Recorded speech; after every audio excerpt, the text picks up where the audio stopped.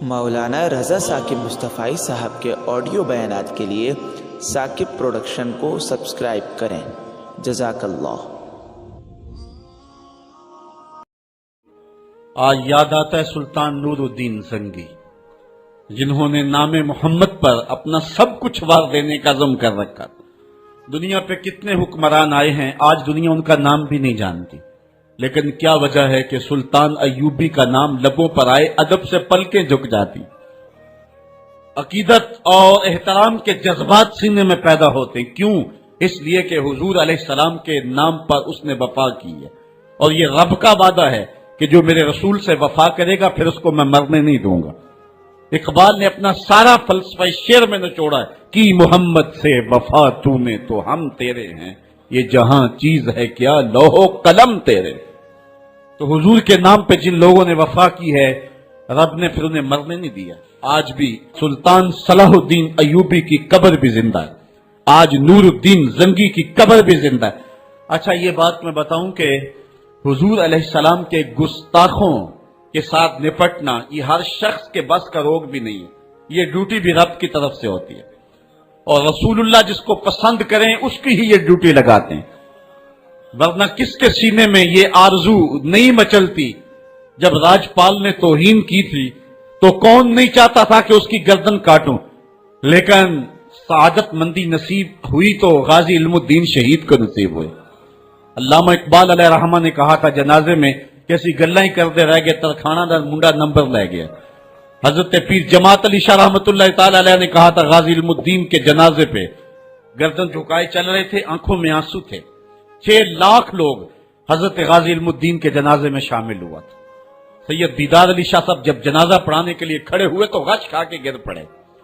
بعد میں جب اٹھے اور جنازہ پڑھایا تو کسی نے کہا حضرت آپ نے بڑے بڑے جنازے پڑھائے ہیں، کبھی یہ کیفیت آپ کی ہوئی نہیں ہے۔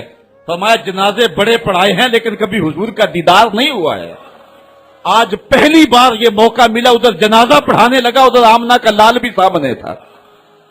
حضرت پیر امیر ملت علیہ رحمہ گردن جھکائے چل رہے تھے تو آپ نے کہا لوگوں میں نے بڑے بڑے بادشاہوں کی کہانیاں پڑھی ہیں، میرے دل میں کبھی یہ امنگ نہیں جاگی کہ فلاں بادشاہ میں ہوتا۔ جو فقیر ہوتا ہے وہ خود ہی شہنشاہ ہوتا ہے، اس لیے اس کے دل میں یہ آرزو کیوں پیدا ہو کہ وہ بادشاہ ہو، وہ خود ہی شہنشاہ ہوتا ہے۔ کہتے ہیں میں نے بڑے بڑے پہلوانوں کے تذکرے سنے ہیں، میرے دل میں یہ امنگ بھی نہیں جاگی کہ فلاں پہلوان میں ہوتا۔ اور پھر فرمانے لگے لوگوں میں نے بڑے بڑے ولیوں کے تذکرے سنے، میں نے کبھی یہ آرزو بھی سینے میں نہیں پائی کہ فلاں ولی میں ہوتا۔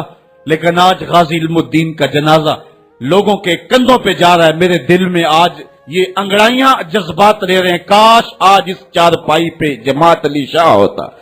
یہ آرزو، یہ تمنا، یہ خواہش میرے دل میں انگڑائیاں لے رہی۔ یہ سعادت مندیاں ہیں، یہ خوش نصیب لوگوں کا مقصوم ہے، اور یہ مقدر والے لوگوں کو سعادت مندی نصیب ہوتی ہے۔ یہ یہودی یہ شروع سے پیغمبر حسن و جمال حضور علیہ السلام کی توہین و تنقیص کو شعار زندگی رکھتے ہیں۔ تو ایک زمانے میں انہوں نے سازش کی اور آقا کریم کے روضہ اطہر سے حضور کے جسد اطہر کو چرانے کی سازش کی، اور جس کی حفاظت میرا رب کرے کون اس محبوب کا بال بھی کا کر سکتا ہے۔ یہ جو کچھ ہو رہا ہے یہ ہمارا امتحان ہے، ورنہ جس کے سر پہ وارا فانا لاکا ذکر کا تاج میرے رب نے رکھا ہے، بھلا اس کی شان کو کوئی گھٹا سکتا ہے؟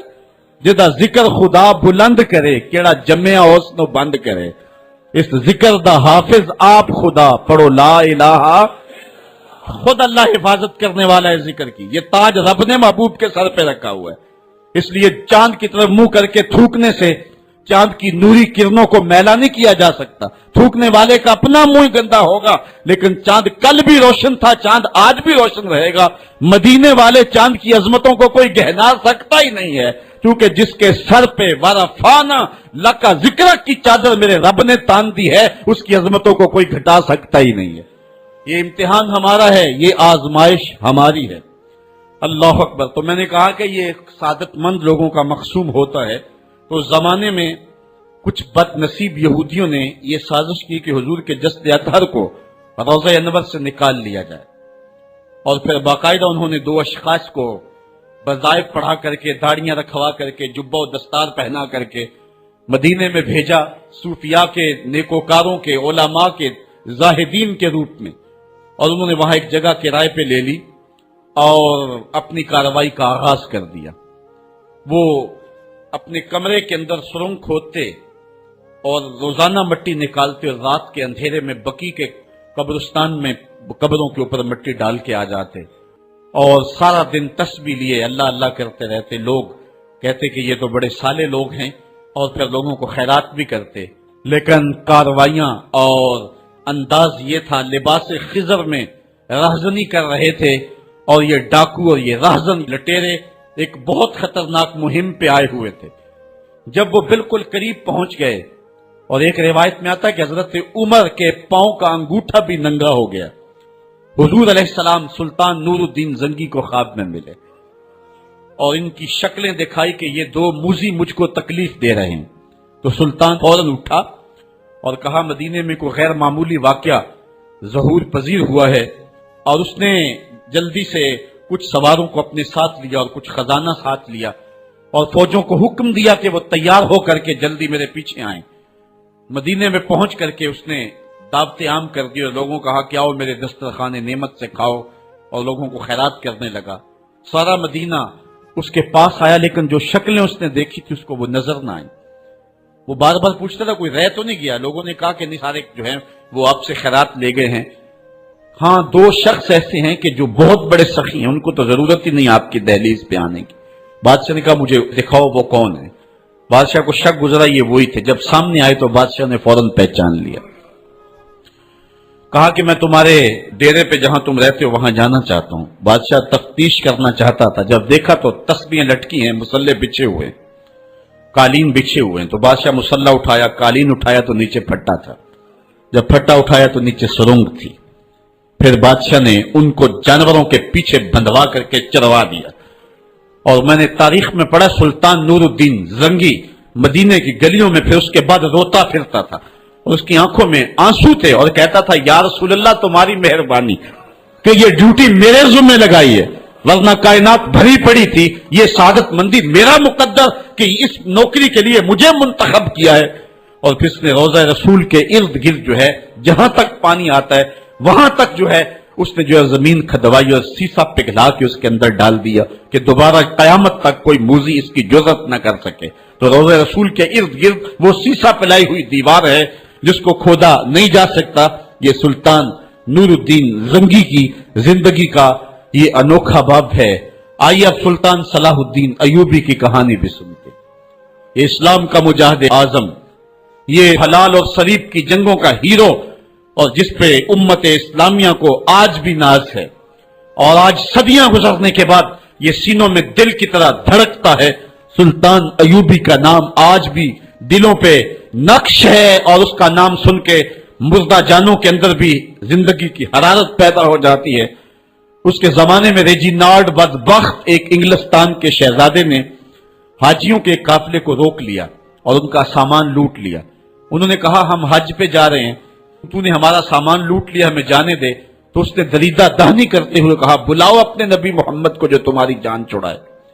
بس سلطان صلاح الدین ایوبی تک یہ بات پہنچی تو میں نے تاریخ میں پڑھا کہ وہ دانت پیستا تھا، اس کی آنکھوں میں خون اتر آیا، اس میں کھڑے کھڑے قسم کھائی کہ جب تک اس ظالم کو کیفر کردار تک نہیں پہنچاؤں گا چین کی نیند نہیں سوؤں گا۔ پھر پونے 2 سال کا عرصہ آپ سلطان صلاح الدین ایوبی کی زندگی دیکھ کے جنگی مہموں کو ترتیب دیتا رہا، دن رات اس نے ایک کر دی، نیند قریب نہ آنے دی۔ جب نیند بہت زیادہ تنگ کر دی تو پھر وہ خیمے کی چوب کے ساتھ ٹیک لگا کے کھڑے ہو کر کے اپنی آنکھوں کی آگ بجھا لیتا، اور پونے 2 سال کا عرصہ اس نے چارپائی پہ لیٹ کے نہیں دیکھا۔ پھر وہ لمحے آئے کہ اللہ نے اس کی مراد پوری کی۔ انگلستان کے شہزادے لائن میں کھڑے تھے، اس نے شاہ گاما کو اپنی کرسی دی اور ساتھ کہا ہم جس کو کرسی دیتے اسے امان دیتے ہیں۔ پھر اس نے اس کے جو نائٹس تھے ان کو آب خورے دیے، ان میں پانی دیا، کہا جس کو ہم پانی دیتے ہیں اس کو امان دیتے ہیں۔ پھر جب ریجینالڈ کی باری آئی تو بادشاہ کی رگیں پھول گئی غصے سے، اس نے تلوار نیام سے باہر نکالی اور اس کی چھاتی پہ چڑھ کے اس کی گردن پہ تلوار رکھ کے اس کے ٹکڑے کرتے ہوئے کہا او کتے، تم نے کہا تھا بلاؤ اپنے نبی محمد کو، محمد عربی نے اپنا نوکر بھیج دیا ہے۔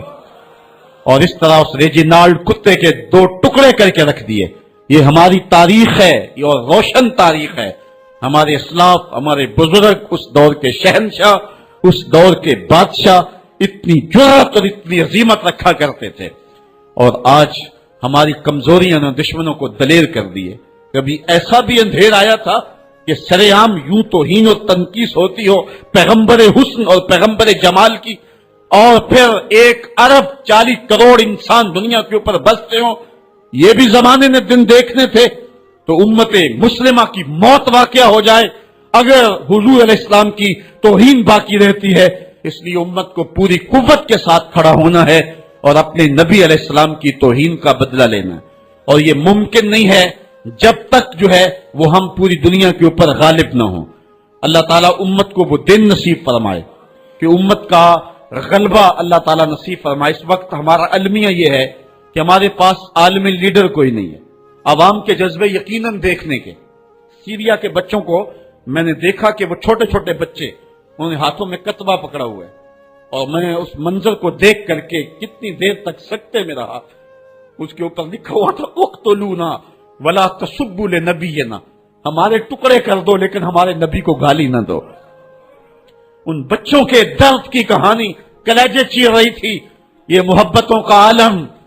وہ اقبال نے کہا تھا چمن میں رخت گل شبنم سے تر ہے، چمن میں رخت گل شبنم سے تر ہے، سمن ہے سبزہ ہے باد سحر ہے، مگر ہنگامہ ہو سکتا نہیں گرم، یہاں کا لالا بے سوزے جگر ہے.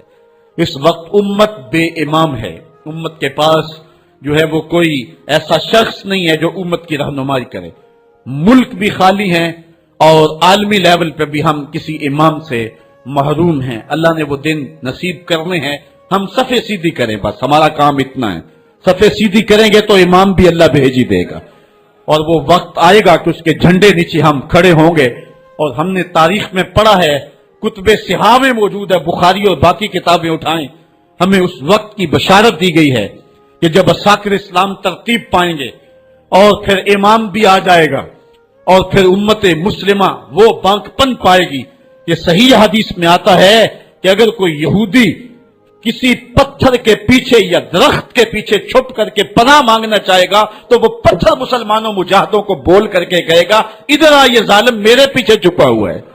وہ دن بھی اللہ تعالیٰ نے ہمیں دکھانے ہیں اور پوری امت کے اوپر جھنڈا جھولے گا تو آمنہ کے لال کا ہی جھولے گا انشاءاللہ.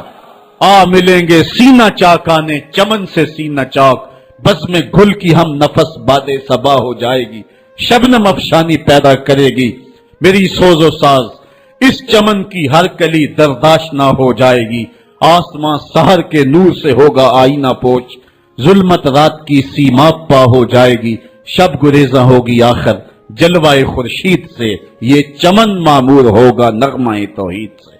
وہ وقت انشاءاللہ آنے والا ہے. بس ہمارا کام صفیں سیدھی کرنی ہے اور صفوں کو ترتیب دینا ہے، اپنے جذبوں کو مرنے نہیں دینا ہے، اور یہ جذبے اپنی نسلوں میں بھی منتقل کرنے ہیں اور اپنی نسلوں کو بٹھا کر کے حضور کی عظمت کی کہانی پڑھا کے جانا ہے. میں نے سیریا کے ان بچوں کو دیکھا تو میں اپنے بچوں کو بٹھا لیا. میں نے کہا بیٹے پوری دنیا کے اوپر حضور کی ناموس پہ حملہ ہے، بتاؤ ہم کیا کریں گے. تو میرا 5 سال کا بچہ ہے، مجھے حمزہ کہنے لگا کہ ابو یہ جو تلوار آپ نے لٹکا کے رکھی ہے بیٹھک میں، اس کے میں پیچ خود کھول سکتا ہوں اور یہ میرے ہاتھ میں دے، ان ظالموں کو میں کاٹوں گا.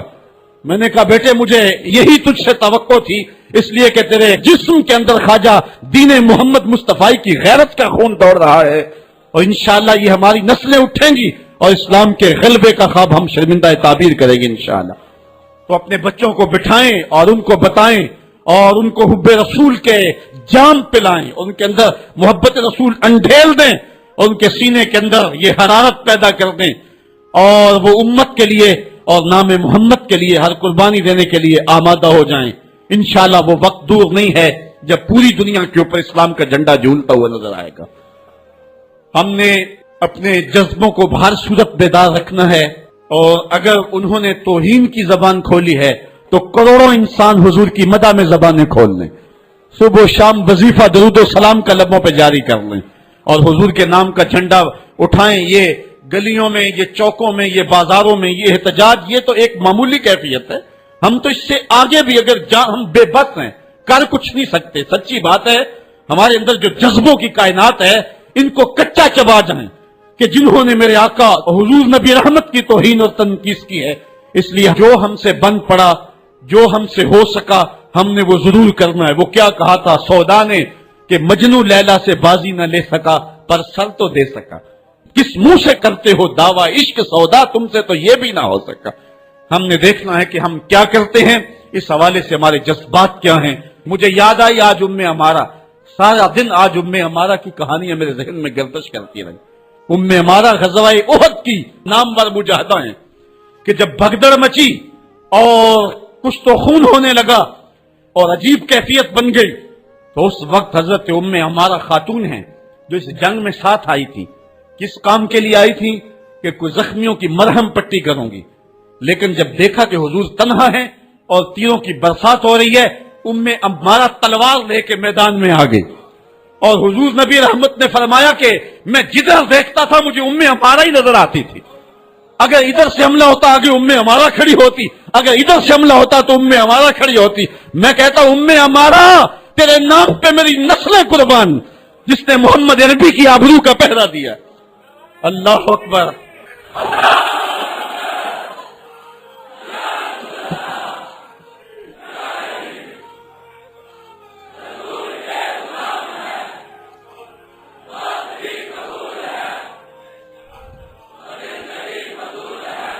تمہارے جذبے سچے ہیں انشاءاللہ، شاید مغرب کو بھول ہو گئی ہے۔ یہاں ایک ایک بچہ غازی علم الدین ہے، ایک ایک بچہ عامر چیمہ ہے۔ یہ سعادت مندیوں کا سفر ہے، یہ مغرب کو بھول ہو گئی ہے۔ اس نے کس قوم کو چھیڑا ہے؟ ان کی غیرت مری ہوئی نہیں ہے، انہوں نے کچوکے دیے، زخم دیے، امت کو معاشی بحران میں مبتلا کر دیا۔ روز پیٹرول کے بم ہمارے اوپر گرتے ہیں، لیکن ہم کبھی میدان میں نہیں آئے۔ لیکن سارے معاملات کے اندر ہم کمپرومائز کر سکتے ہیں، کمزوری بھی دکھا سکتے ہیں۔ اگر اس عنوان سے ہم کمزوری دکھائیں، ہمارا بچتا ہی کچھ نہیں ہے، ہمارا سب کچھ نام محمد ہے۔ ہم نے ہر دور میں تقدیس رسالت کے لیے وقت کی تیز ہواؤں سے بغاوت کی ہے، چھوڑ کے سلسلہ رسم سیاست کا فسوں، بس ایک نام محمد سے محبت کی ہے۔ ہم نے عہد غلامی کرنا ہے حضور علیہ السلام کے نام سے، اور انشاءاللہ یہ ہماری سعادت مندی ہے۔ ورنہ ہم نے وہ زمانہ بھی دیکھا ہے جس زمانے میں کوئی ایسا متنفس نظر نہیں آتا تھا جو حضور کے نام کا جھنڈا اٹھائے۔ یہ تاتاریوں کا دور ہے، جب بغداد کو اجاڑا گیا، امت کے سر کاٹے گئے، اور یہ حال تھا کہ منگول سردار نے کہا کسی مسلمان کا سر لاؤ، اپنے فوجیوں کو کہا نہیں تو تمہارا سر کاٹ کے لگائیں گے۔ ایک مینار تعمیر کرنا ہے کھوپڑیوں کا، اور پھر مسلمانوں کا پتہ ڈھونڈتے ہوئے لوگ ہاتھ میں پیسے لے کے گھومتے تھے کہ کسی مسلمان کا پتہ دے دو، اس کا سر کاٹیں ہم، لیکن مسلمان ملتا نہیں تھا، کاٹ دیے گئے۔ دجلہ 3 دن تک خون بن کے بہتا رہا۔ یہ ہماری تاریخ ہے بغداد کی۔ اور پھر دجلہ کا بند توڑ دیا گیا، جو لوگ تہ خانوں میں چھپے تھے 1.25 لاکھ لاشیں ہم نے وہاں سے پھر نکالی۔ پھر وہ لمحے آئے کہ کوئی ایسا متنفس نظر نہیں آتا تھا جس کے ہاتھ میں اسلام کا جھنڈا ہو۔ تو ایک منگول سردار عیسائی ہو گیا، اس نے ایک عیسائی پادری کو بلایا اور کہا کہ اپنے مذہب کی تبلیغ کر تاکہ کچھ لوگ اور بھی ہمارے ہم نوا ہو جائیں۔ اس نے قسم پرسی کے سالم میں کہ اب کوئی شخص نہیں ہے جو اسلام کا نام لیوا ہو، تو اپنے خود سے باطنی کا اظہار کر دیا اور پیغمبر حسن و جمال حضور نبی رحمت کی توہین و تنقید کا آغاز کیا۔ ابن حجر نے لکھا ہے کہ ایک کتا تھا جو خیمے کی چوب کے ساتھ بندھا ہوا تھا، جب اس نے توہین کا آغاز کیا تو اس نے بھونکنا شروع کر دیا۔ لوگوں نے کہا کہ یہ کتا تیری اس توہین کی وجہ سے بھونک رہا ہے۔ اس نے کہا نہیں ایسی کوئی بات نہیں، یہ کتا نسلی کتا ہے۔ واقعی وہ نسلی تھا، اور میرا ہاتھ کا اشارہ پا کے غیرت میں آ گیا ہے، کوئی ایسی بات نہیں ہے۔ اس نے پھر توہین کا آغاز کر دیا۔ ابن حجر نے لکھا ہے کہ اس کتے نے زنجیر تڑوا کر کے اس پادری کے گلے میں جا کے دانت گاڑ دیے اور چھوڑا تب جب اس کو واصل جہنم کر دیا۔ اس منظر کو دیکھ کے 70,000 اس فوج کے سپاہی اسلام کے دامن میں آ گئے۔ اقبال نے اسی موقع پہ کہا تھا تو نہ مٹ جائے گا ایران کے مٹ جانے سے، نشائے میں کو غرض نہیں پیمانے سے، ہے ایاں یورش تاتار کے افسانے سے، پاسباں کعبے کو مل گئے صنم خانے سے۔ اللہ اپنے نبی کی آبرو کی یوں بھی حفاظت کرنا جانتا ہے۔ کون جانتا تھا کہ عامر چیمہ یہ کام سر انجام دے گا؟ وہ تو ٹیکسٹائل کی ڈگری لینے گیا تھا، لیکن غلامی رسول کی سند لے کے پلٹا۔ میں نے غازی کے جنازے میں شرکت کی ہے، آپ نیٹ پہ جائیں اور وہاں اس کے جنازے کی تصویر دیکھیں، یا کہیں تصویر آپ کو میسر ہو۔ جنازہ لوگوں کی انگلیوں پہ ہے، بھاری تابوت اور اس کے اندر اس کا جسد اطہر، لیکن ہاتھوں پہ نہیں ہے، آپ کو انگلیوں کے پوروں پہ نظر آئے گا۔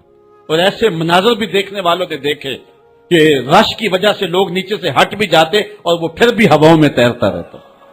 آپ جا کے دیکھ لیں، میں کوئی ہوا میں بات نہیں کر رہا، بالکل انگلیوں کے پورے پہ میں خود شامل تھا، اور میری سمجھ میں اس وقت بات نہیں آتی تھی کہ یہ کیا ماجرا ہے، اتنا بھاری صندوق اور انگلیوں کے پوروں پہ۔